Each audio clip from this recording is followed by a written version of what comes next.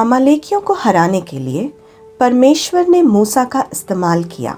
ये कहानी हमें पवित्र बाइबल की दूसरी पुस्तक निर्गमन के 17वें अध्याय में मिलती है। मिस्र में गुलामी से मुक्त होने के बाद चमत्कारिक रूप से इस्राएलियों ने लाल समुद्र को पार किया और जंगल से होते हुए वे लोग उस देश की ओर चल दिए जिस देश का वादा परमेश्वर ने उनसे किया था। परमेश्वर ने उन्हें खिलाने के लिए स्वर्ग से मन्ना प्रदान किया और उनके पीने के लिए चट्टान से जल उत्पन्न किया। फिर अमालेकी लोग रपीदीम आए और उन्होंने इस्राएल के लोगों पर हमला किया। इसलिए मूसा ने यहोशू से कहा, कुछ लोगों को चुनो और अगले दिन अमालेकियों से जाकर लड़ो। मैं पर्वत की चोटी पर खड़ा होकर तुम्हें देखूंगा। मैं परमेश्वर द्वारा दी गई छड़ी को पकड़े रहूंगा। यहोशू ने मूसा की आज्ञा मानी और अगले दिन अमालेकियों से लड़ने गया। उसी समय मूसा, हारून और हूर पहाड़ी की चोटी पर गए और जैसे ही मूसा अपने हाथ को हवा में उठाता तो इस्राएल के लोग युद्ध जीत लेते, किंतु जब मूसा अपने हाथ को नीचे करता तो इस्राएल के लोग युद्ध में हारने लगते। कुछ समय बाद मूसा की बाहें थक गईं।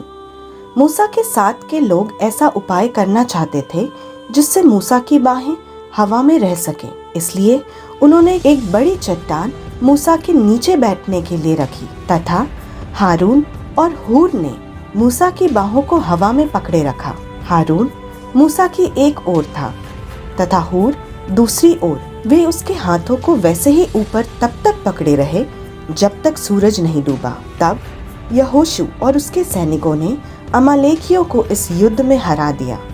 फिर यहोवा ने मूसा से कहा, इस युद्ध के बारे में लिखो। इस युद्ध की घटनाओं को एक पुस्तक में लिखो जिससे लोग याद करेंगे कि यहाँ क्या हुआ था। और यहोशू से कहो कि मैं अमालेकी लोगों को धरती से पूर्ण रूप से नष्ट कर दूंगा। तब मूसा ने एक वेदी बनाई। मूसा ने वेदी का नाम यहोवा निस्सी रखा। मूसा ने कहा, मैंने यहोवा के सिंहासन की ओर अपने हाथ फैलाए। इसलिए यहोवा अमालेकी लोगों से लड़ा जैसा उसने सदा किया है।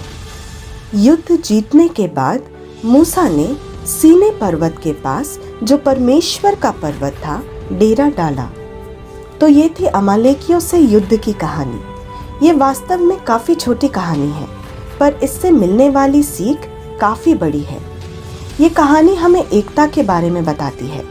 मूसा अकेले लड़ाई नहीं जीत सकता था और न ही वह उन सभी को अकेले हरा सकता था। हमें हमेशा याद रखना चाहिए कि एकता ही शक्ति है। जब हम एकजुट होंगे तब कोई भी लड़ाई या कोई भी मुसीबत का सामना कर सकते हैं। जैसा कि हमने इस कहानी में देखा कि जब मूसा अपने हाथ को हवा में उठाता तो इस्राएल के लोग युद्ध जीत लेते, किंतु जब मूसा अपने हाथ को नीचे करता तो इस्राएल के लोग युद्ध में हारने लगते।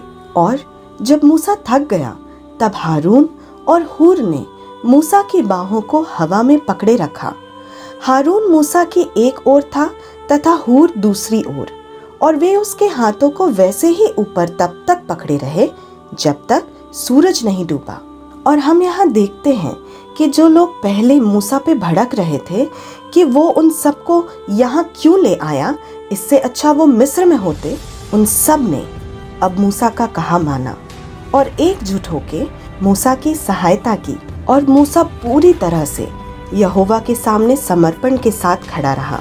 उसके हाथ मदद के लिए परमेश्वर को पुकार रहे थे और वो और इस्राएली लोग ये जानते थे कि उनके समर्पण के बिना इस्राएली अमालेकियों के विरुद्ध जीत नहीं सकते थे।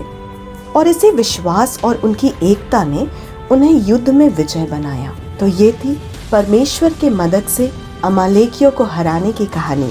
परमेश्वर की ऐसी और सच्ची कहानियाँ सुनने के लिए हमारे चैनल से जुड़े रहें। और अगर आपको बाइबल की कहानियाँ अच्छी लगती हैं तो इन कहानियों को अपने करीबियों तक पहुँचाने का प्रयास करें ताकि परमेश्वर का वचन हर एक मनुष्य तक पहुँचे और वो उससे लाभ पाए। Thank you. जय मसीह की।